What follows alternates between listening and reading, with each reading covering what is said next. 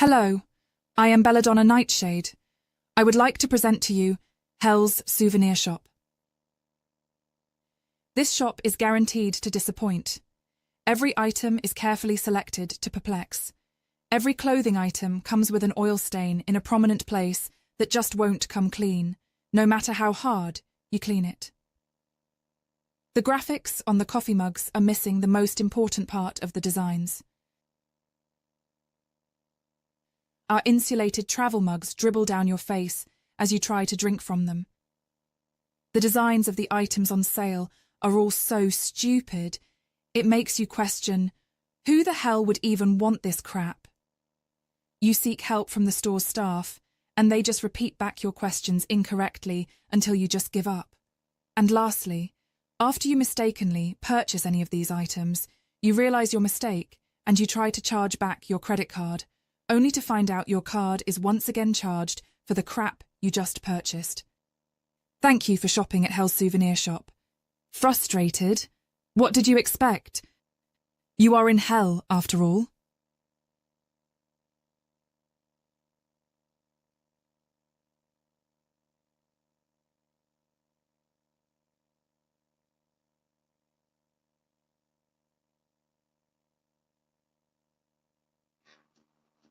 Hello. Hi, everyone. Can you hear me? Hi, it's Belladonna Nightshade, and I just don't understand it. I can't sell anything. Nothing sells in my shop. I wonder why. Oh boy, I need help. Yeah, all these items, and no one wants to buy a damn thing. And Philip, hi Philip. Good afternoon, evening everyone. In honor of President Trump, I've been playing Elton John's Crocodile Rock all day. Yeah, 'cause we got our alligator Alcatraz in Florida going. And Lady Tip says, hello Bella. Hi Lady Tip. Wonderful to see you. Absolutely lovely. And let's see, I don't have a lot of stories today, but we'll go ahead and get to some of them, and we'll see. We'll start with the U.S. And Alan says, hello, Belle. What's up? Not much, Alan. But it's wonderful now that you're here. Everything is fantastic. So, let's see what we got. Okay, let's put this in here. This is in the U.S. All right. And you're asking why? What's this about?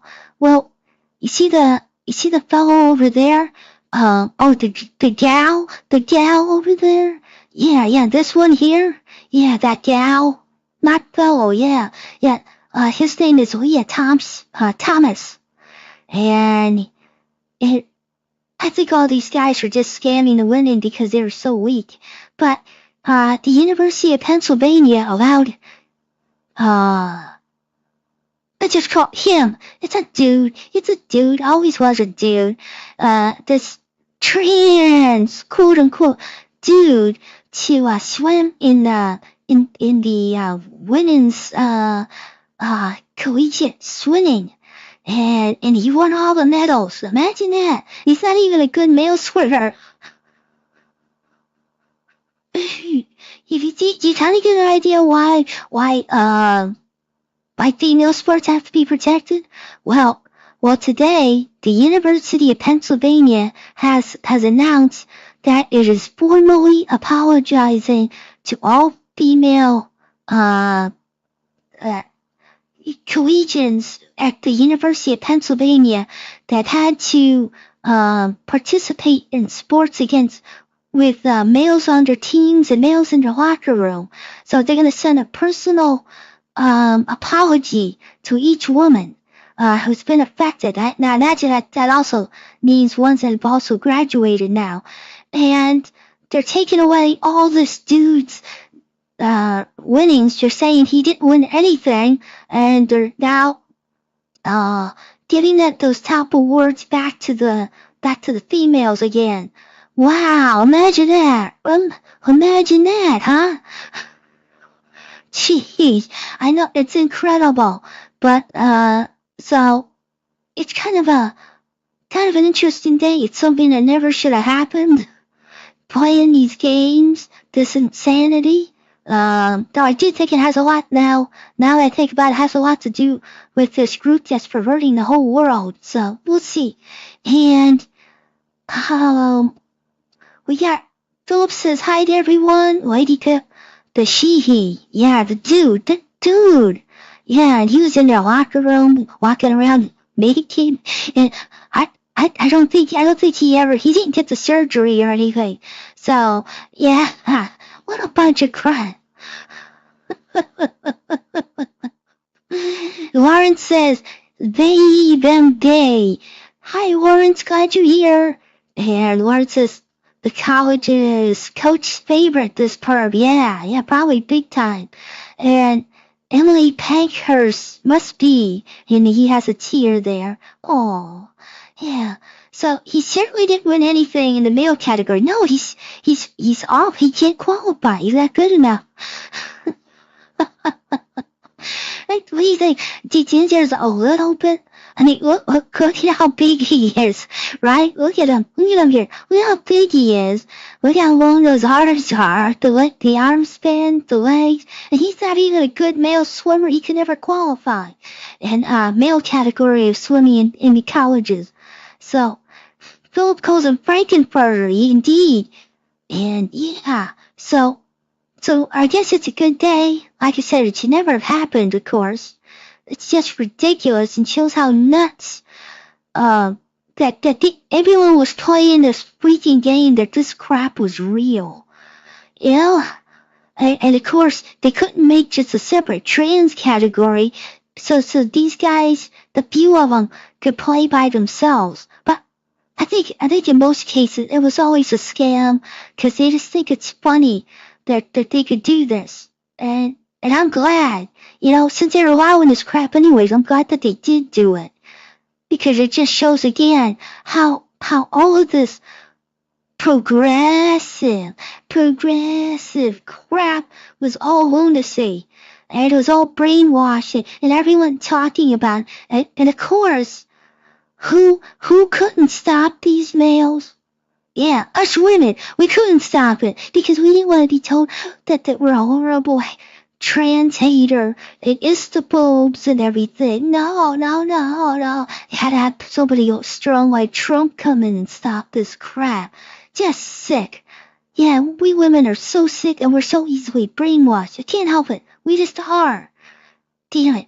It sucks. Yeah, it was women that allowed it. It was women that wouldn't stop it. And here they are to the side, but none of them would speak up and say it was wrong. Oh, let's just separate ourselves from them. Yeah, that did a lot. But none of them would say no. He's a dude. None of them would even do that much. Sick and twisted. So, and Lady says that was all under the Biden administration. Yes, all that insanity. And Penn State, Riley Gaines became a political star off the back of this. Often at the White House in front of that female attorney general now. Yeah. But, at least she spoke up. But, yeah, I would often write in her commentaries. But, it's women who are allowing this crap. The male feminists were small in number. They always were. So, yeah. In businesses, everywhere else, the HR departments run by women were all pro this crap. Ruined everything in corporate world, everything. Because they could get ahead by going along with this garbage. Oh, yeah. Oh, did big promotions and everything for promoting this garbage. Nothing about being honest or ethical or moral. Man, they make us evil vampires look good, I tell ya.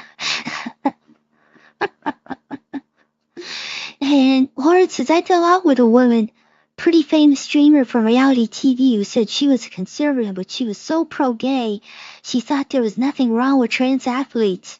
Changed her mind, yeah, because it's no longer working in her favor. Don't fall for the crap. She knew it was wrong to begin with. She just thought it was going to get her accolades and crap. so sick, so weak, so evil. So yeah, so I thought that's a good story. And let's see, yeah, not too many stories from today. So let's go into. I had this one the other day and I didn't play it. But this is sick. It's one of those things, you know, you can find these all day long. It looks like. But we had this person, a Jewish, 51 Jewish man who murdered this evangelical preacher, and he killed him. He killed him because he said he violated the First Amendment. Thou shalt no other gods before me, right? And he after he killed him, he pinned his arms to the deadline. So he posed them like it was a crucifixion scene. And he had something like 7 other pastors, evangelical pastors that he wanted to kill. I'll play it for you. Just sick, obviously. And but he talked to this this television broadcaster and just talked about it as if nothing was wrong. So you had no previous contact. Let's see, here we go. Make that smaller here. Give me a second. Was that okay, here we go. With Pastor Bill. 0. I didn't want any previous contact. My only criteria was you're breaking the first commandment. But Pastor Bill was innocent. Innocent, in your perspective, there's Jeez. But not yours. But there's nothing worse than breaking the first commandment. I drove from there to Bill's house, like 2 in the morning on a Sunday night, and I executed him. It's fast. I mean, it's, you know, I didn't want it to be bloody. I didn't want it to be a painful. I'm not trying to torture the guy. I just wanted to execute him quickly. Put him in the cross position on the wall, and I screwed him to the wall. And then I had a crown of thorns I put on his head. So he's crucified against the wall with the image of Jesus. Because what I'm saying is, you know, what you're preaching is not what God said. It's the opposite of what God said. Most people that would come into that scene, Bill's murder scene, would be horrified. Sure, Horrified. that's right. Were you feeling satisfied? I wasn't, you know, I mean, look, it's not in my heart to go around killing people. Jeez. Yeah, I won't play anymore. But, wow. I had to do it. He says I had to do it. Yeah. Yeah, there's people like this out there. All over the world, apparently. So, the word says it's an LGBT bias of a lot of Woodrow ladies. Yeah, talking about the last thing there. But, yeah, and there's so many sickos like that. They can just tell you about their horrible murderous deeds calmly and collected and still feel self-righteous about it. So the other day I was talking about Bryan Kohberger. He's that fellow, I didn't bring any clips or anything, but he's that fellow that killed the 4 students at the University of Idaho 2 years and 7 months ago, that they were saying. And so he was in court today and he pleaded guilty to 5 counts. One was robbery, and the other one was, the other 4 were the 4 murders. So 4 counts of murder. And in the first degree, obviously. But the only condition was that he wouldn't be put to death. So, he has to do those 4. The minimum time for each count is 10 years. Can you imagine? You only get 10 years for murdering somebody. You know, that's the minimum, of course. But, you know, they always have an excuse that they need to empty out the prisons. You're overcrowded. Don't build new ones, though, and save everyone a lot of money. From all the destruction these people cause. But he has to serve them consecutively. So, I'm taking that means he has to do a minimum of 40 years. And Yeah, sure, the world's gonna really change in 40 years. I can't even imagine that with the way things are moving nowadays. So that's how that came out. So that's basically all done. They're gonna do the formal. He pleaded, he said, yes, I did that to each count. He admitted it in court. So then they're doing the formal sentencing in August. So it's basically done. It's basically done and over. He can't, and that's unusual for a plea deal. He cannot appeal this. So he's accepting that as part of this plea. He can't do any appeals. So once the final sentencing, he'll be sent to prison and for at least 40 years, supposedly. That'll be it for him. So, Lauren says, what do you think of those Menendez brothers, brutal family murderers who became a great liberal cause? I know. And the parents can't say anything, so they were a child, they were raping us, the father was raping. It was just, it sounds like a bunch of crap to me. It really does. It really does, but I don't know. But it's, I don't know what other people think, but yeah, I don't know anything else about it. So, Lady Tech says, stop putting people in prison for words, and there'd be a lot more room for the real criminals. Yeah, but isn't Starmer's government releasing the real criminals? I mean, that happened like right after the election, didn't it? That they were going to stop non-serious offenders, and then it turned out to be it was all serious offenders, murderers and rapists. Yeah, wow, I can't believe what's going on in the UK. I really can't. Yeah, amazing.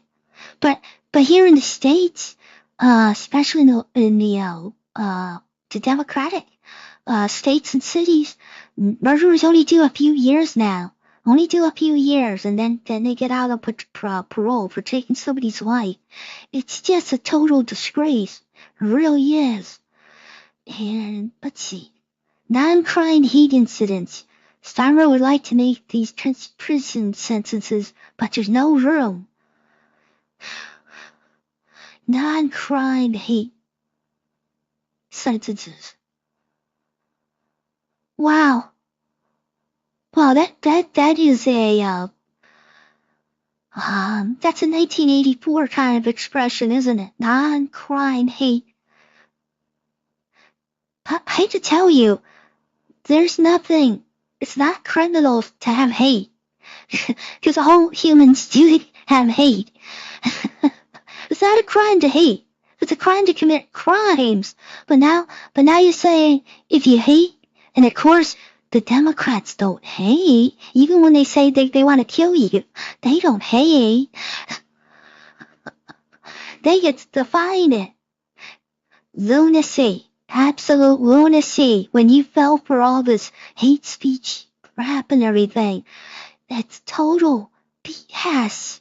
And so many times where I hear about some injustice being done, instead of people saying, they end up defending this crap.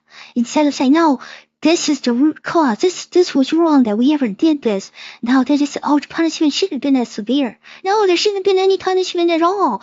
The people shouldn't have been involved with the legal system at all as a consequence. It's just nuts.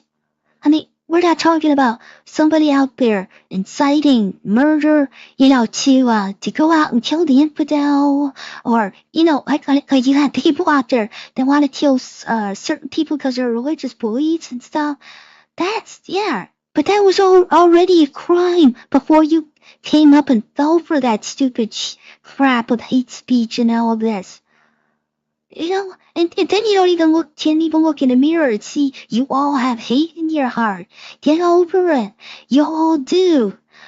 And definitely, progressives and commies and everything, they're full of hate. But they're not the ones they want to put in prison. They won't put them in prison. So, the whole idea is insane. Really is. And Lauren says, yeah, Orwellian, yes, for sure.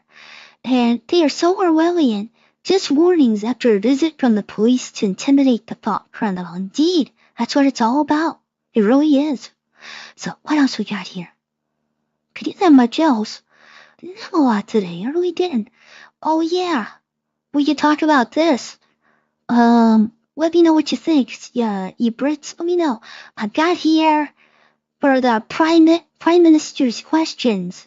The massive fraud, Rachel Reeves crying. And I heard a little bit about it. So this was during what you call the PMQs, Prime Minister questions in the House of Commons. Prime Minister, there are shocking statistics, and rail staff work incredibly hard. What too loud, sorry. To keep our country running and keep people safe. And the abuse and assault on staff is utterly unacceptable. And we're taking measures to make sure they are safer. We want to encourage, Mr. Speaker, the use of body-worn cameras, which have been proven to reduce violence against staff by up to 47%. And may I take this opportunity to thank our outstanding Transport Police for everything that they do to support staff and passengers. I don't have any compassion for that monster, Rachel Reeves. You're Chancellor of the Exchequer. I like saying that. Chancellor of the Exchequer sounds so much better than Secretary of the Treasury. Yeah, so much. So my understanding is she was crying because Starmer wasn't going to stick up for her to stay in her position as the Chancellor of the Exchequer. Did I get that right? She looks like she is about to have a breakdown. Yeah, indeed, Reddy Texans. Yeah, so is that what that was about? I don't know, but that's what I'm reading. But she's a fraud to begin with. In any sane government, she would have been fired for lying about her CD, lying about her qualifications. And then she corrected her qualifications by lying about them further.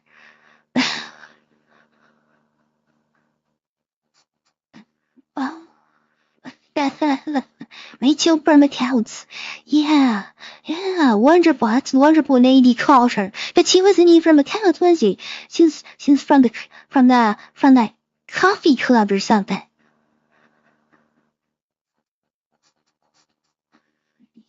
Wonderfully incompetent. But Pamela, some official said something to her, but we are not privy to what it was. You know? So, guys, this is one time where you see a woman's tears and you should just laugh. She's not qualified to be there. She's a fraud. And any decent government would have fired her for being a liar and lying about her qualification. Of course, any competent government, somebody that important, would have discovered it before putting her in that position, but it doesn't matter. What do you all have to say about that? I looked her up on Company's House, and she's been involved with dodgy companies, Lady Pip says. Yeah, I'm not surprised at all. I'm not surprised. So, wow, just wonderful. So, what else? Anyone else have something to say about that? Rachel Reeves weeping because her sins have come back to haunt her.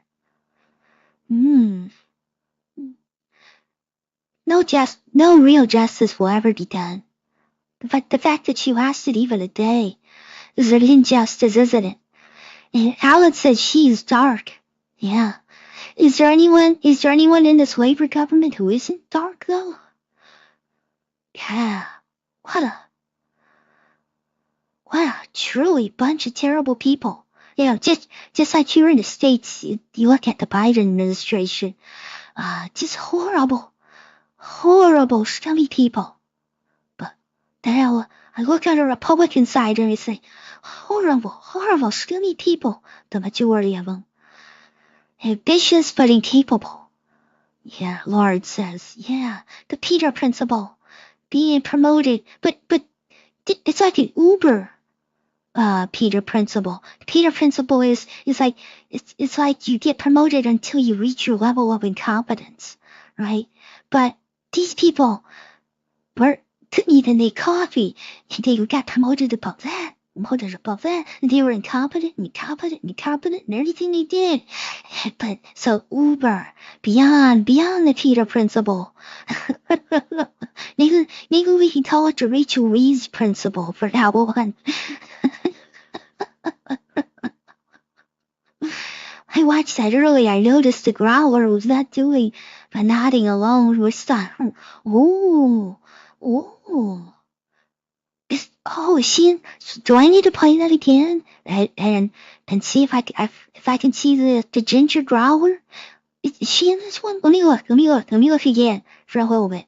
She's just nodding with Starmer, huh? She got her claws out already? Alright. Let's see, where is she? Rail staff work incredibly hard Is she here? to keep our country running and keep people safe. And the abuse and assault Or maybe you had a different footage. Yeah, I don't see the ginger growler. taking measures to make sure they are safer. We want to encourage, Mr. Speaker, the use of body worn Oh, cameras, boo-hoo, which are boo-hoo. to reduce violence against staff by up to 47. Okay, yeah, so maybe it was in a different clip then? Oh, yeah, I'd like to see that. Yeah, kinda, that's funny.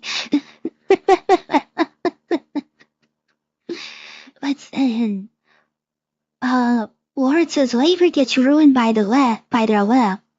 And that's the reason why she cried, because she's being sacrificed by Starmer. Austerity and more tax rises lie ahead. Yeah, she gets the blame for it, right? Well, I don't know. It's austerity for the indigenous. I think you should correct that one. Austerity for the indigenous. Because your new masters are doing pretty damn good. They don't even want to go back to places like Syria, you noticed? Yeah, they're doing damn good. No austerity for the new masters, is there? First in line, go to hospital. No, you're gonna get treated first and better. Yeah. So, I don't know. It's austerity for the indigenous. And Talon says someone up there is messing with us. Indeed. And Lady Tip says she is on the overside of the whip. Very good, Lady Pip. Very good. She's on the overside of the wet one. Oh, boo-hoo. Boo-hoo, Rachel. Boo-hoo, Rachel. You know, it's also called fraud. She committed fraud. Taking the position and lying over it. So, yeah. So, boo-hoo, boo-hoo, boo-hoo.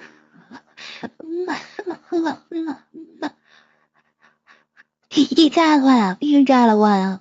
They're so pathetic, such pathetic human beings. So Lauren says, what a gruesome bunch of souls already there. Well, I've said it before. How would your government look any different than if a bunch of evil vampires had their thralls and they put them in power to run their country? How would it then to do their bidding? Yeah. Make it look exactly like this. Like I said, I think I'm giving the cat out of the bag. I let it all out there. And Lady Good says, he gets rid of Rachel, he won't be far behind her. Well, see, it's all turds, all the way down the labor government. It's all turds, so he changed the face. You're gonna get the same. You're gonna behave the same. Just kind of like how the Tories prove.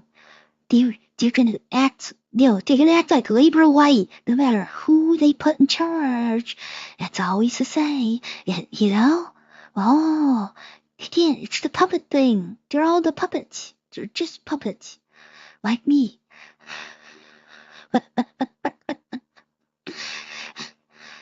Ian Ward says, vampires always better looking. Yeah, we can't help it. And their laughs are so much better. They're so much better, too. So, Lenny Good says, Charlie Boy has the power to call him out. Team Charles, huh? Yeah, wow. That's depressing too. Your teen. That's so depressing. Wow. Yeah. Real winner there. So, I understand he has cancer, right? What's the, can somebody tell me what's the word on that? How's that going? Yeah, I'm sure he's getting the best, treatment. How's that? And what kind of cancer does your King Charles have? I've heard about it, but I don't know if I've heard about his prognosis. Let's see. Whoever you vote for, you always get the government. Exactly, Lawrence. You can't say it any better. Or the deep state. You always get the deep state. You always get the kleptocrats that are running the world, right? So maybe it's these righteous. I was talking about rightism the other day. Wouldn't be surprised. And let's see. No king of mine, Lady Tep says. Okay. And let's see. I'm not sure it's real. You really need sympathy. Wow, yeah. You gotta praise your old queen for hanging out as long as she did, holding out, right? So, oh man, yeah, 'cause he always has looked so badly, hasn't he? Let's see. People have a short memory about Charles. Why do you say that, Alan? Do you think people are feeling sorry for him? Let me know, what kind of cancer is he supposed to have? Do they talk about it much? 'Cause, if it was going good, if his treatment was going good, you think that would make the news sometime and you'd hear about it. So, if it's not going good, the news media, the controlled mainstream media would be all quiet about it. So is that what's happening, or are they talking about it? Let's see. And lizards do live a long time. Yeah, one of the lizard people, right? They're all lizard people. They're not just Germans, which your king line is, but your royal line is, but they're German lizards. Yeah, I like how they took the last name of Windsor to replace their real German name. Yeah, everything is fake in this world. Bacon gay, right? Everybody. They try to rehabilitate Camellia, the co-adulterer. Yeah. But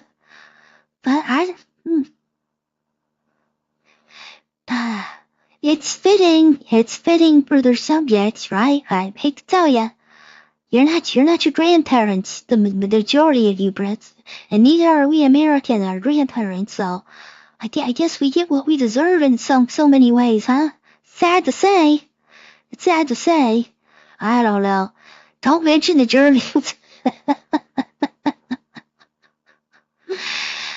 Look, you had a, what was his name? I'm sorry. I do know some British history. I just forget names, though. Your old queen's, father. His brother who was supposed to be the king. And he was like a Nazi collaborator, wasn't he? Even Churchill had to threaten him. When he ran off with the American woman, yeah. And it wasn't that even her name in Simpson, Miss Simpson, the American woman. Well, wasn't that her name in the press for a while, the American woman? So yeah, even Churchill had to threaten him. He was a little too pro-Nazi. It's crazy, and history is crazy, especially when you hear more and more about what was behind the scenes, isn't it? Helen, Lord Mountbatten, Raphael. Yeah, there's a German name right there, yeah. And that was the king's brother, wasn't it? One of the brothers? Or uncles? Some uncle, I don't know. Yeah, an uncle, yeah, brother, that they brother. To be an uncle. Damn him down. Oh, yeah.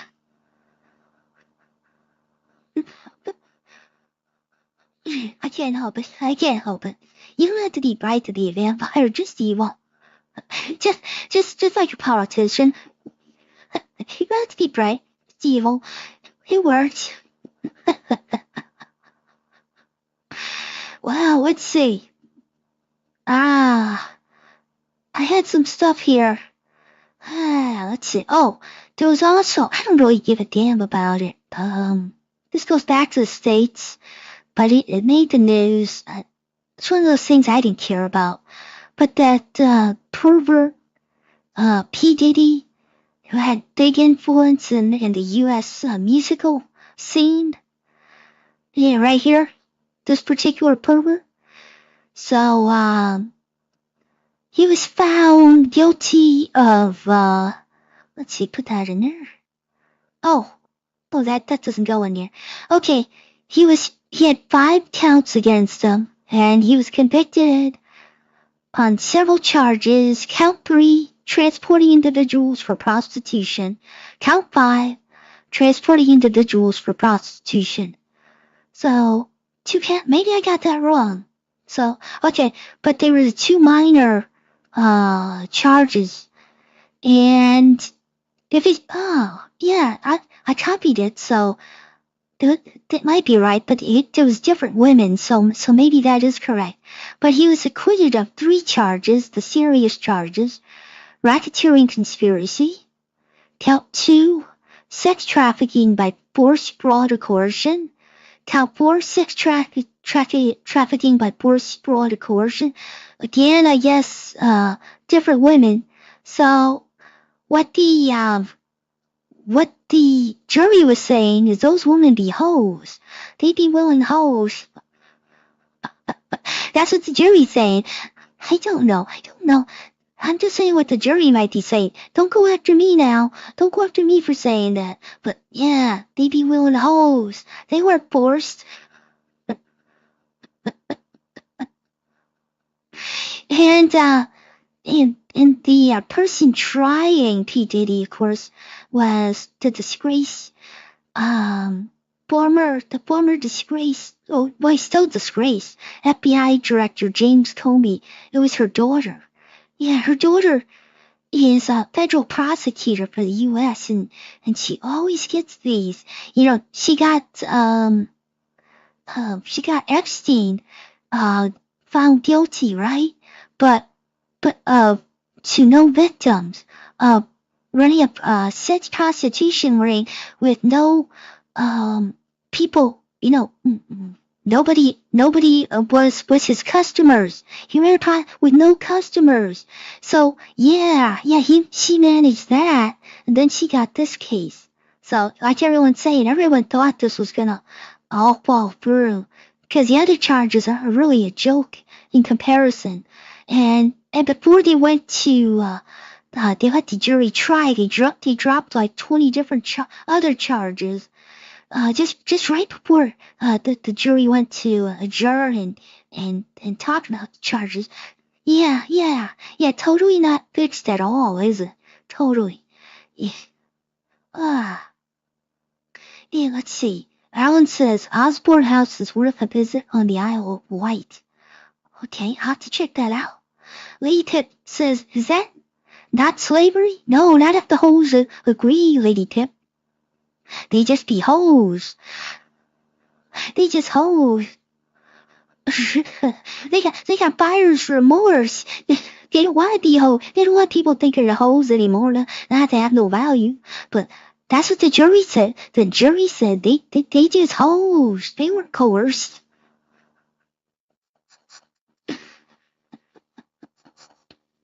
Little Payne says tunnels everywhere. Lady Tip says not.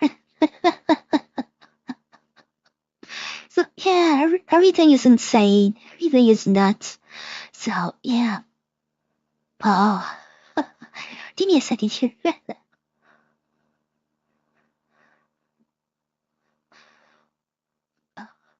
So I don't have much else to talk about. I could talk a little bit about what I was talking about yesterday. No, I did get some feedback that it was a little bit confusing. Oh, yeah, I got a funny video for you. I don't know how old this one. You may have seen this one, but I thought it was hilarious. So, Allison Bardo, good evening, Bella. Thank you, Allison, for joining. Wonderful. let's see. This is a great video. Let me play it. It's really funny. It's a squirrel attacking some guy at his dog. If he's somewhere with an acorn. Ow! Fucking me! Yeah, let me start that again.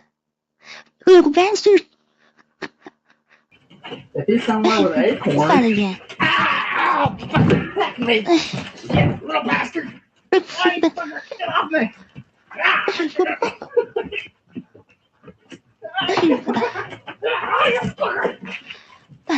He's attacking me. I'm gonna kill him right now. He just freaking attacked me. I'm killing him. Look at here.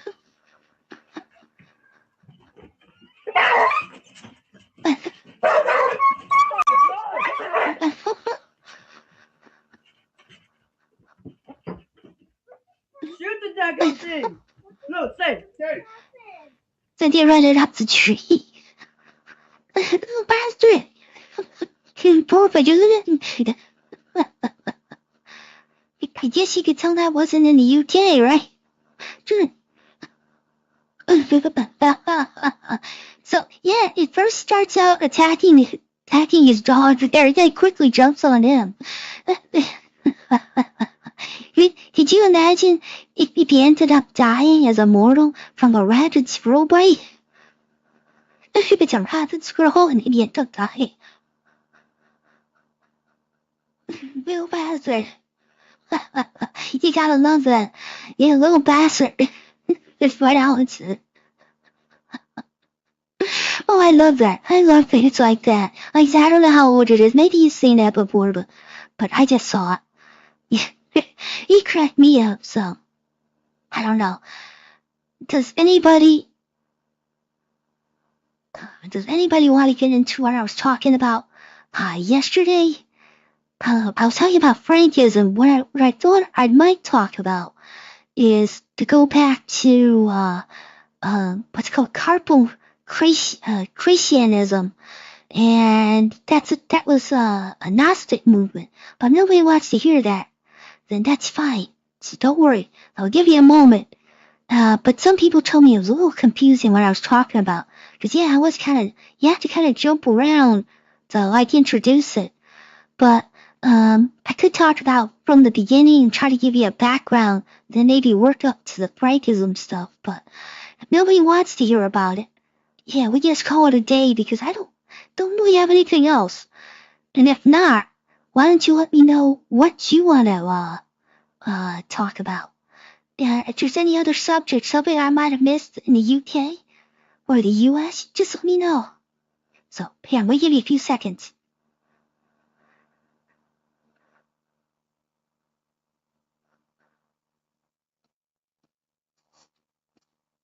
Lady Tip says, I have to go, peeps. Bye-bye. Bye, Lady Tip. Wonderful that you showed up. Thank you. What about that Russian chick?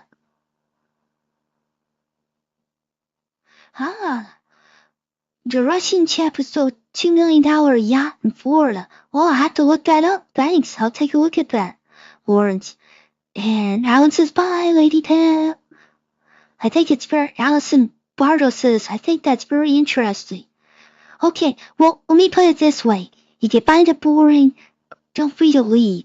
What I'll do is I'm going to talk about one subject, well, two subjects technically, and it's kind of theological, but I'm going to try to keep it somewhat light and just like an outline of it, no more than that. And then some big words. You know, anytime that you get involved like in theology, there's such big words, and I know it's kind of boring, so I'll just a little bit, but feel free to leave because I know it's boring. I know it's not everybody's into this kind of stuff. Let's see, and Philip says police had to ram it to stop it. Wow. Okay, I gotta check that out. And I'm reviewing The Ritual and F1 on Culture Spot tonight. Guess which I preferred? The Ritual. I don't know. I guess I had a 50-50 chance. So yeah. So let me go into it. It's a big word.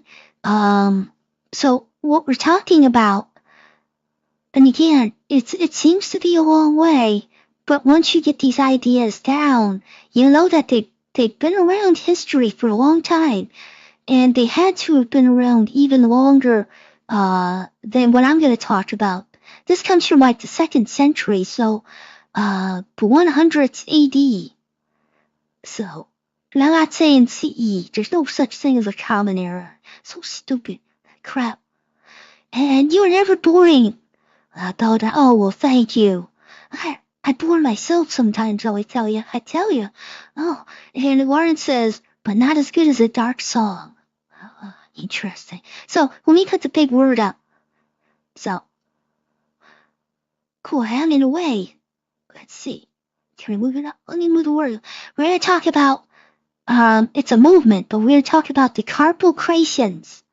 So, this goes back, starting in this was a Gnostic movement.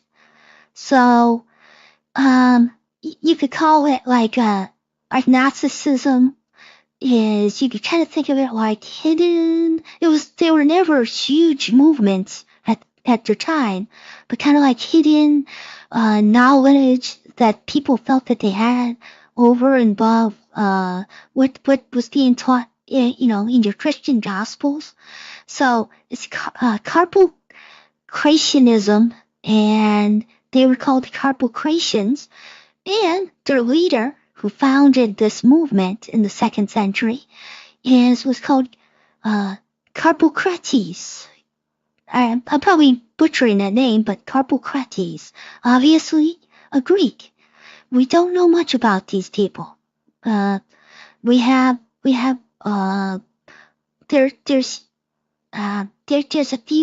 very little writing. We don't really have any writing from Carpocrates. We have like Irenaeus, and who else do we have?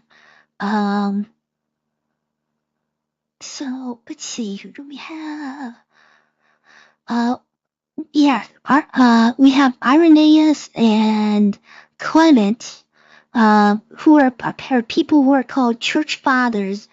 And so this is the 100s, and it went extinct in the 6th century, so the 500s. So it was, 400 years, or 350 or whatever it was. We could say short-lived, but not really, that was a movement. And basically, let's see, I can give you a rundown. Okay,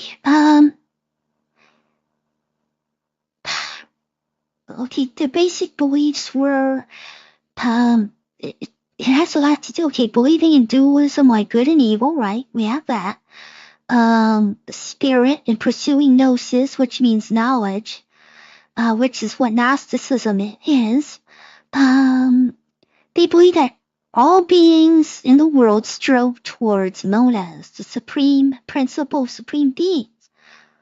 And that is who the Carpocratian believed was the God or Father of all, the one beginning. And they believe, and this is very Gnostic, it isn't just these Carpocratians, they believe human souls existed before being trapped in material bodies, okay? And their basic beliefs, let's see, was basically, the basic way to think about it is through transcending the law, and the law no longer applies to them. So if the law no longer applies to them, you can do anything. And in fact, the show, and we're talking here, they would have been acting against, obviously, the young Christian church and their beliefs, and they would also be acting against the 10 Commandments in Judaism. So the way to prove that you're above the law and it no longer applies to you, so that you can transcend the material realm, was by breaking all morality. So not just what was written down, but anything thought to be moral. So everything becomes okay. So, as you can imagine, they believe these people, the way they were written about is they were most evil, most foul, vile, anything you can think of, whether it's cannibalism, whether it's incest. Apparently that was very important and probably led to the disappearance. Though a lot of these things never really disappeared, especially in occult in the occult world, in teachings. So one of Carpocrates' beliefs, teachings was that in order to leave this world, one's imprisoned eternal soul must pass through every possible condition of earthly life. And so that meant, again, breaking every law, everything that was moral, anything. And it wasn't just against the Jews, the church. They would have also been very offensive to pagans too. So it was all of this. And yeah. So let's see. I'm going to read some of your things. Dark soul. Okay, and Philip says, like the ancient Greek mystery schools. Well, there's a little bit of that. In the rituals, like some of the the Eleusinian rituals, you had to leave the streets. When people were in their madness, I don't know if it was real, but they literally could tear you apart. If they were performing the rituals and they came upon you. So there's stories of that in Greek teachings about that, but I don't think it was really this idea for that. The Eleusinian mysteries, I don't think it was supposed to be that. Let's see. And yes, that's another thing I'll be talking about here, Allison. It's not that they believe, I don't know if it's a belief in antinomianism, it's a state of it. And that becomes important when I talk about Zevi. He was more of an antinomian, and I'll talk about that here in a moment. So, that he was a Carpocratian, but Frank, who came after him, when I was talking about yesterday, he definitely fits this definition of a Carpocratian. So I gotta believe that a lot of this stuff was around in the background, in certain circles, all through even the church era. So, did they create the demiurge, or did that come later? It's like Alan said, demons are not demons. The idea of the daemon lords, daemon, like you wrote it there, is at least for somebody like Socrates, was the inner self, the real inner self. Because like a person like Socrates says he was in touch with his daemon, not demon, daemon. So if you're talking about demons, then yeah, that's a little different. We had somebody here yesterday who had daemon as part of their name. And so let's see. Demons enter the earth from beneath Alexandria, Egypt, and Syria. Yeah, well, again, you have to talk, and I'm no expert on this, okay? I'm no expert. You have to talk about the demiurge with Gnostic teachings, right? And the demiurge basically is insane in a lot of their teaching. But each little Gnostic sect had slightly different bends on this and stuff. And I doubt very much that the idea of a demiurge came from Gnostics. I bet it was something that existed before. Like not Neoplatonism. Yeah, Neoplatonists, like Philo of Alexandria and stuff. who got even the world, how the Book of John starts out. Well, that's from Philo of Alexandria. And I don't want to get into that or not, but you can look that up and see that how the Book of John opens is a writing that Philo already had in his writings.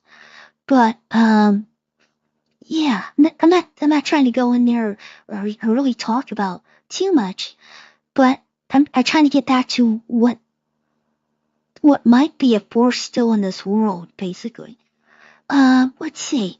And Alice Bartels said, okay, I read that. Yeah, let me go over what that means for other people here in a moment. They need images of Christ, like kind of resemble the Cathars of France. Yeah, Cathars are very interesting. Because if anything, they really appear to live what I would think would be a holy life. The Cathars are very interesting. And then how they were destroyed is just horrible. And Philippines says the Hellfire Club resurrected this cult. Yeah, I would say they definitely epitomize the idea of being a carpocration. So, do what thou will with the whole of the Lord. Yeah, Aleister Crowley, definitely. Oh, a vile monster. A Philippine reincarnation exists as my best friend came back as a sewer, okay?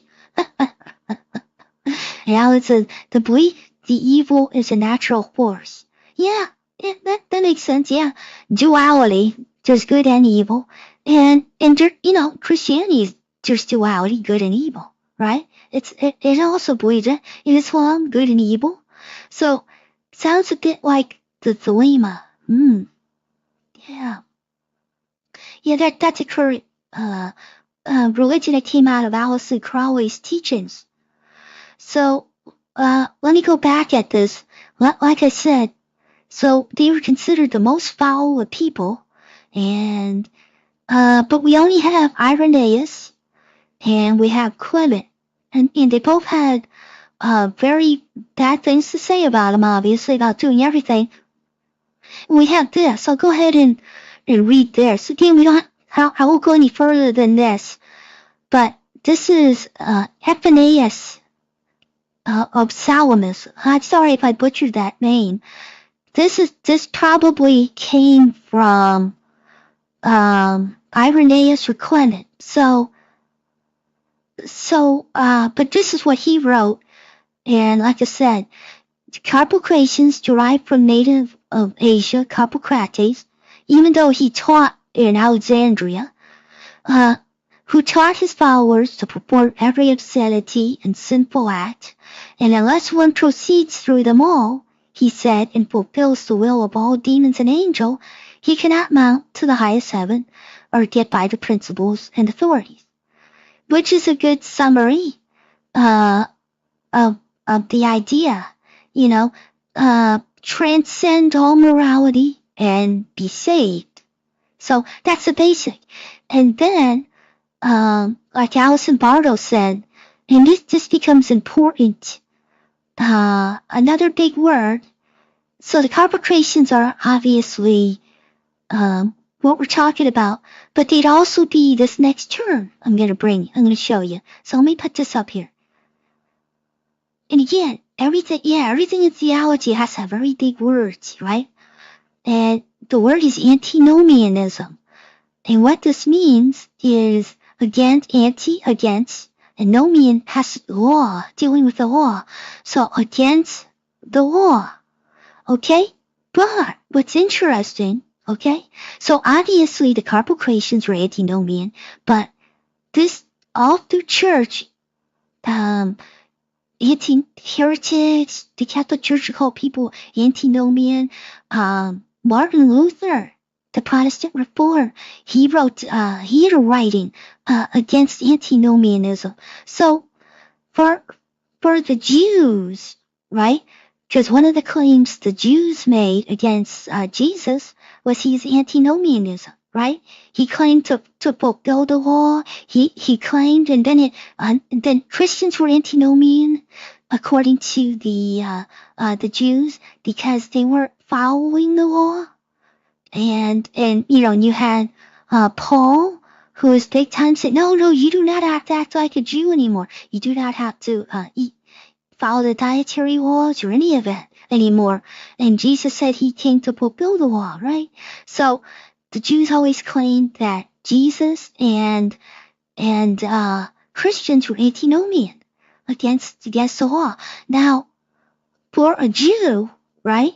For a Jew, being antinomian, especially now the temple is gone. So an antinomian to a Jew now would be being against the Ten Commandments, but against the Talmud, against the laws in the Talmud. So all those dietary laws, all the different restrictions of these days, for a Jew, that is antinomian. And that becomes very important when we talk about Sabbatai Zevi, who I brought up briefly tomorrow. Maybe I'll do a brief thing about him for tomorrow. And then we'll get to Frank after that. So trying to put this into place. So for a Protestant or a Catholic, being antinomian, especially for a Protestant, traditional, would be against the Ten Commandments, saying this a person who says in Protestant that the Ten Commandments are total BS, they're not even a guide for a Protestant, would be called antinomian. And there were groups, and they still are today. And I imagine with the Catholicism, they would also include their church teachings, because they put their teachings on at least the same level as the rest of the Bible and the Ten Commandments. So unless somebody wants to correct me, but that's an idea. So I just wanted to put that out there. So everything we're going to probably talk about will be considered antinomian, right? By Jews, and I don't think Catholics and Protestants would disagree. But then there's the Carpocratic beliefs, getting to heaven through sinning, to show that you're above that. You're so holy, you're above the law. So, if you want to sleep with your daughter, go ahead. Anything like that. So, so the next fellow, Sabbatai Zevi, will definitely be antinomian. So, was that interesting? It's big words, so just think against the law, and why church, different religions would be upset. So, big words, always had to be big words. We could just say against the law, right? But we don't. Let's see. Dayaman, she knows a lot about Philema. Okay. She might be a believer in that. Okay. Or a follower. Yeah. The daemon does not mean demon. I don't even believe the word came from that. You'd have to look, a good thing is to look into Plato and what he talks about Socrates, because Socrates believed he was in his holy self, his inner holy self, and that would be what the daemon is. And Socrates lived an interesting life. He was no coward. He fought when his country called for him to fight, and he fought well, apparently. Inside of one of those boats in the Athenian Navy. Horrible death when those people died. Those boats that they had, the rowboats. So, yeah, let's see.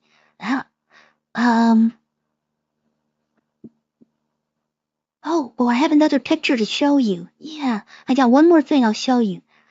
Daemons. Yeah, right, daemons. And Philip says pain. Was it an improvement? Yeah, was your friend better now as the C word? Neoplatonist for the deniers.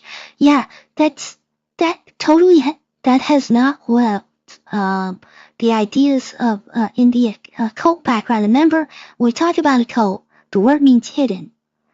Could it be evil?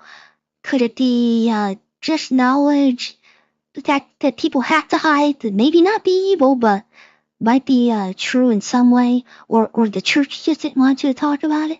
So that's a lot about what the occult is, and yeah, is your evil? Yes, obviously. So, but also, it's also a way of, it can be a way of manipulation, just like the church. Churches are, let's face it, they're control structures. So could, cult teaching and the cult schools be control structures. So you have to realize that too. So, and again, I'm not trying to teach theology, what you are to believe. I'm just trying to say here's a very minor description of what a belief is. And then we're going to try to get it into that Frankism, which I find fascinating. Zoroaster, yeah, one of the first monotheists. Though modern day Zoroastrianism is filled with all kind of good and bad angels and all kind of beings. So yeah, but Zoroastrianism definitely had an influence on the Jews. But again, I'm no expert, so don't listen to me on that, and I don't want to go into that. I'm not qualified. And Crowley fought the Abramelin ritual. I don't know how to say that, but yeah. Okay, that's why I appreciate the movie Dark Souls. Oh, I might have to watch that then. Interesting. Someone talking about Zoroaster today in context of Christian doomsday cults distinct from Zarathustra. No, Zarathustra means Zoroaster. It's another term that speaks Zarathustra for Zoroaster. If I'm not mistaken, Alan, not Alan Lawrence. I think it's the same. It's just another term, like German term or something, for Zoroaster. But please correct me if I'm wrong. Bella, you gotta write a book on the subject. Have a in-depth? No, I don't really. I really don't. I got surface knowledge of everything, so I'm really an idiot. So I used to work with a modern-day Zoroaster. You have to explain what that means. Or Zoroastrian? Yeah, what do they call these people? I forget. They have a term for them. There's not too many in modern day Iran, and there's still some in parts of like going through Pakistan and into India. Yeah, but it's called a dying religion, and there's a reason why it's dying. Your parents have to be Zoroastrians to be part of this religion. And it got very corrupt too. It got very corrupt over the years. So from what I understand, I'm an idiot, remember. So, and Warren says, well, that was the power of willing the whole law, resurrection of the final prophet and savior. Yeah, a lot of these teachings go back to making yourself God or representing him yourself, don't they? Yeah. And so, Jesus Christ gives everyone a free pass to be antinomian. Is what Allison is saying. No. Maybe that's what you believe, Allison. That's fine. I hope that's not what you say I'm saying. I'm just saying that's what a Jew would tell you, if they're being honest. And in history, that's what they did say. And then we're going to talk about these other people, and we have the Jews labeling them as antinomian. So that's why it's really good to put that out, to put this definition out there. So, and that it doesn't necessarily mean the same to everybody, right? So, let me show this. I gotta be careful here. Understand, I'm showing you, these people are Hindus. They are not trying to be Carpocratians, okay? They're not trying to be antinomian. So, in their religion, they're none of these things, because they're Hindu. But these people some people think they're holy, right? So, Hindus all Hindus that say they hate these people are lying, but many people hate these people, and I just want to show you an idea of what it might look like. But these beliefs are not just in Greek thought, because you gotta remember, probably Gnosticism came out of Greek thought, and there's a lot of Greek influence also, obviously, with the Bible, you know, but this is separate. So these people are called the Aguri, and they have nothing to do, again, they're Hindu. They have nothing to do with Judaism, and they have nothing to do with Catholicism, you know, any Christianity, right? They have nothing to do with them, but these thoughts have been around for a long time. So thoughts like this, I'll put a picture up. See, so yeah, let me bring this picture down. So this is an Aguri, and you notice the white on here? Again, he's a Hindu aesthetic. There's not many of them, but a Hindu can become one of them if they chose his way. The white on him, I'm gonna, what it's supposed to be, right? What they do is, Hindus practice burning the dead, right? On funeral pyres. They have cremation places, and famous, Hindus, wealthy Hindus can pay to have their own huge, wooden pyres. And remember, almost all pagan religions practiced this at one time, it seems like, you know. So, the Romans were famous for that, burning the bodies of the dead on a funeral pyre. Well, the Hindus still practice this. Well, these Agoris, this white is ashes that they dug out of the cremated bodies, and they smear it all over themselves. So, and again, their idea is they deal mostly with the dead. They practice, not like the worship of Kali. They practice post-mortem cannibalism. So they seek out corpses and they eat the human flesh of the dead, not of the living. Now, I don't think anyone claims that they do that, but they seek out the of the dead, and everything that is considered sacred. I mean, everything, you know, from eating feces to anything that's considered dirty, right? Because you know a little bit about the Hindu ritual purity, in the caste system, like the untouchables are considered filthy, dirty, and they probably had a bad incarnation, and that's why they're untouchables. Well, these people seek out whatever is filthy, whatever is dirty, and whatever is forbidden. And for that, by some Hindus, my understanding is most Hindus think they're disgusting. Okay? So, I just showing what, like they're not complications, but that there's people in other religions that have these beliefs, even to today. Again, there's not many of them, but you don't become an Agori through lineage. You decide you want to follow these ways, and they have teachers, and they have followers, and they practice this. So for whatever reason, and then there'll be some people who think they're very holy, and they can perform miracles and stuff. Whether you can see any proof of it, I doubt it, but whatever. But that is, so even today. So I thought I'd show this.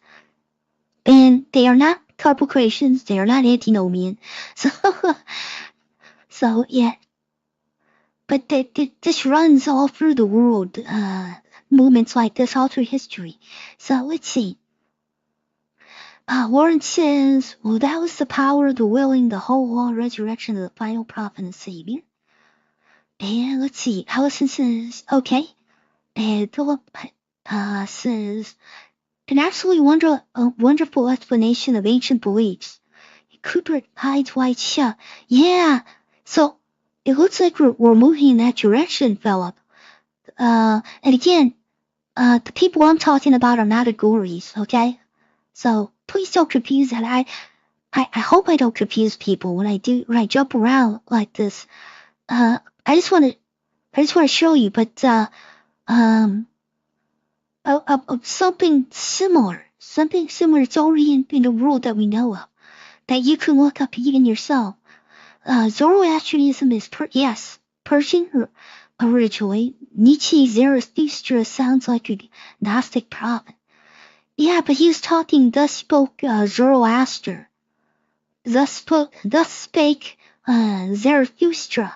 So my understanding of Zarathustra is Zoroaster. So am I wrong? That's what I always thought I believed. Again, if I'm wrong, Lawrence, please tell me. But Zoroaster is I imagine is what is our English term for that prophet, he was very interesting. He was a very interesting person. And we know so little about him. And the current beliefs of the followers has so much added to it. They have lots of different books and everything that didn't come from Zoroaster. So they had other prophets. It brought on a lot of beliefs. Yeah. Allison says Jesus died for our sins, so it must mean we can sin loads and get away with it, or else he died for nothing. Well, that would be what the Carpocratians would say, Allison. And other sects like that. Different Gnostic sects would say something like that because of that reasoning. So, Alan says their minds would wander since they had no other distractions. Lawrence says Jesus promised eternal life by conquering death. The church was founded on a sort of Gnostic paradox or dialectic. Yeah. And I don't want to go into my beliefs about the early church or anything. That's definitely getting away from it. And who am I, anyways? A real idiot, I tell you. So Allison says eating people is a bit suspicious, whether you're dead or not. Yeah. But that's the mindset again of these people that they're becoming holier by doing what others will not do. So I'm sure that's what the Agories would tell you, right? They're becoming powerful because you wouldn't do it, you know. It seems very twisted, doesn't it? Yeah. But yeah. So, and there's only supposed to be like 1,000 of them in India, so we're not talking about a big movement or anything. But they've been around for a long time. No, they're the same. But I used to study Nietzsche, and I think he belonged to. Oh, thank you, Lawrence. Oh, thanks. Okay, very good. Zarathustra sounds interesting.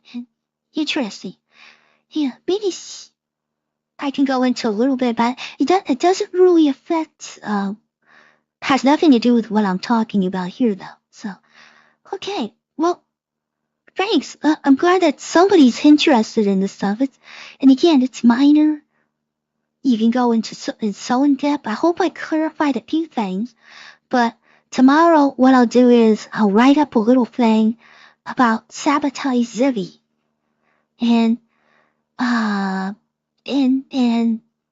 But that's leading us up to talk about Jacob Frank, who came after him about 100 years. So we'll talk about Sabbatai Zevi. It's fascinating in history. And that there's still followers potentially even today. It's amazing. Because we're talking the 1600s, the mid-1600s, 17th century. And so, yeah. And so antinomianism, that's important for tomorrow's talk. Because that's really what Sabbatai was for the Jews. Okay? So I want to thank you all. I got I'm gonna play you out. I thought it would be kind of fun. It's 9 minutes long, so feel free to not listen to it. You don't have to listen to anything after this. But I had recording in my lovely Bella voice. Edgar Allan Poe reading The Raven. Let's see. And Philip says archaeologists have recently discovered the earliest symbols of Christian church. The mushroom as well. Yeah. Okay, that's interesting. Hey, Lawrence says, bye. I'm gonna stream Culture Spot before I get too hungry for dinner. Bye, Lawrence. You're wonderful. Thank you. I enjoy everything you had to add to this. And Alan says, great stuff. I hope, Alan, I made it a little clearer. I was just trying to show two different things. And, okay, but, yeah, I'm gonna play you out now with, me reading The Raven by Edgar Allan Poe. I thought it came out pretty nice. But if you don't want to hear it, that's fine. But I'll play you out with that. Let's go. Let's see. Alright. And good night, everybody. You're all wonderful. Yeah, sabotage you tomorrow. Thank you again, Bella. Thank you, Bella, for taking your time out of the day to listen to this loony little vampire here. Talking about things she's not qualified to talk about. Thank you. Good evening, everyone.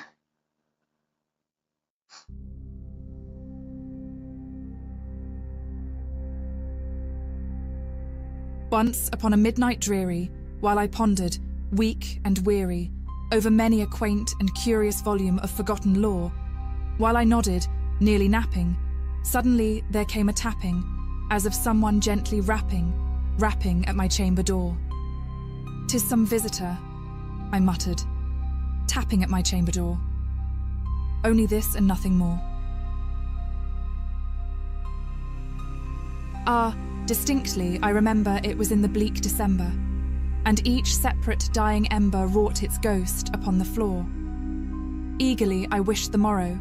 Vainly I had sought to borrow from my books surcease of sorrow, sorrow for the lost Lenore, for the rare and radiant maiden whom the angels name Lenore, nameless here for evermore. And the silken, sad, uncertain rustling of each purple curtain thrilled me, filled me with fantastic terrors never felt before, so that now, to still the beating of my heart, I stood repeating, "'Tis some visitor entreating entrance at my chamber door, some late visitor entreating entrance at my chamber door. This it is and nothing more." Presently my soul grew stronger, hesitating then no longer.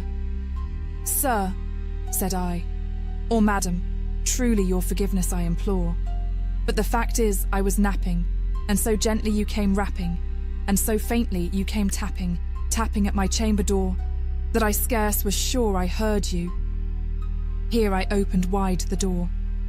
Darkness there and nothing more. Deep into that darkness peering, long I stood there wondering, fearing, doubting, dreaming dreams no mortal ever dared to dream before. But the silence was unbroken, and the stillness gave no token, and the only word there spoken was the whispered word, "Lenore?" This I whispered, and an echo murmured back the word, "Lenore." Merely this and nothing more. Back into the chamber turning, all my soul within me burning, soon again I heard a tapping somewhat louder than before. "Surely," said I, "surely that is something at my window lattice. Let me see then what thereat is, and this mystery explore. Let my heart be still a moment and this mystery explore. 'Tis the wind and nothing more." Open here I flung the shutter, when, with many a flirt and flutter, in there stepped a stately raven of the saintly days of yore. Not the least obeisance made he, not a minute stopped or stayed he, but, with mien of lord or lady, perched above my chamber door, perched upon a bust of Pallas, just above my chamber door, perched and sat, and nothing more. Then this ebony bird beguiling my sad fancy into smiling, by the grave and stern decorum of the countenance it wore. Though thy crest be shorn and shaven thou, I said, art sure no craven, ghastly grim and ancient raven wandering from the nightly shore. Tell me what thy lordly name is on the night's Plutonian shore. Quoth the raven, Nevermore. Much I marvelled this ungainly fowl to hear discourse so plainly, though its answer little meaning, little relevancy bore, for we cannot help agreeing that no living human being ever yet was blessed with seeing bird above his chamber door, bird or beast upon the sculptured bust above his chamber door, with such name as Nevermore. But the raven, sitting lonely on the placid bust, spoke only that one word, as if his soul in that one word he did outpour. Nothing farther then he uttered, not a feather, then he fluttered, till I scarcely more than muttered, other friends have flown before. On the morrow he will leave me, as my hopes have flown before. Then the bird said, Nevermore. Startled at the stillness, broken by reply so aptly spoken.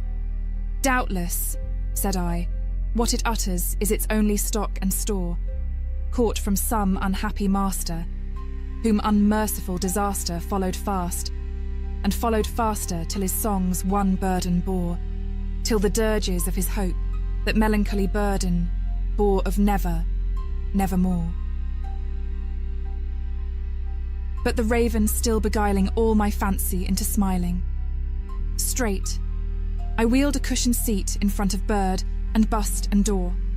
Then, upon the velvet sinking, I betook myself to linking fancy unto fancy, thinking what this ominous bird of yore, what this grim, ungainly, ghastly, gaunt, and ominous bird of yore meant in croaking, Nevermore.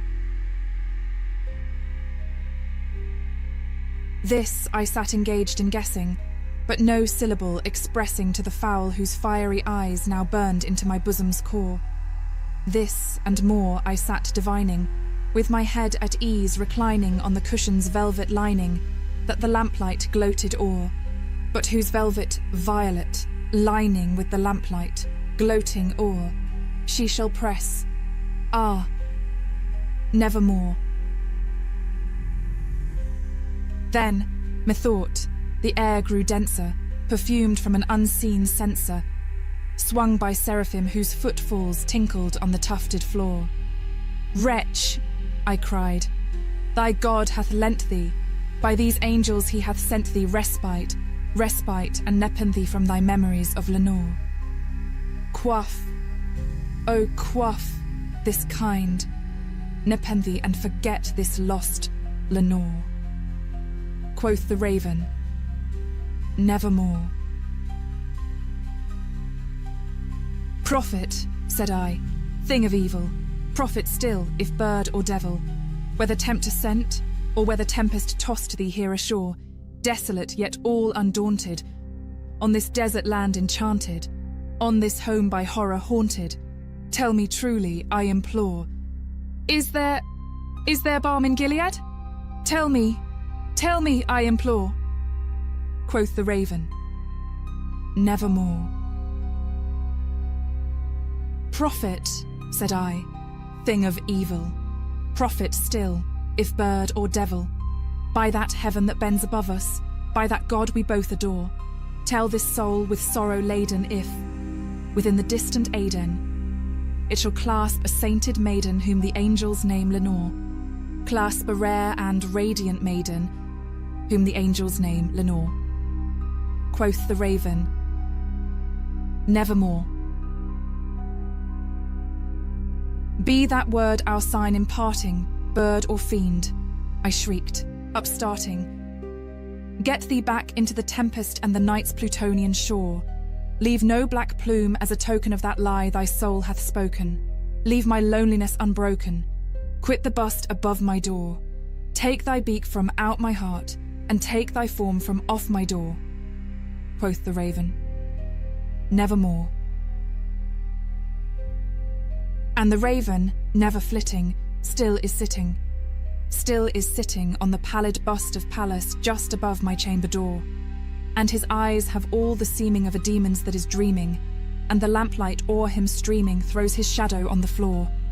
And my soul, from out that shadow that lies floating on the floor, shall be lifted never more.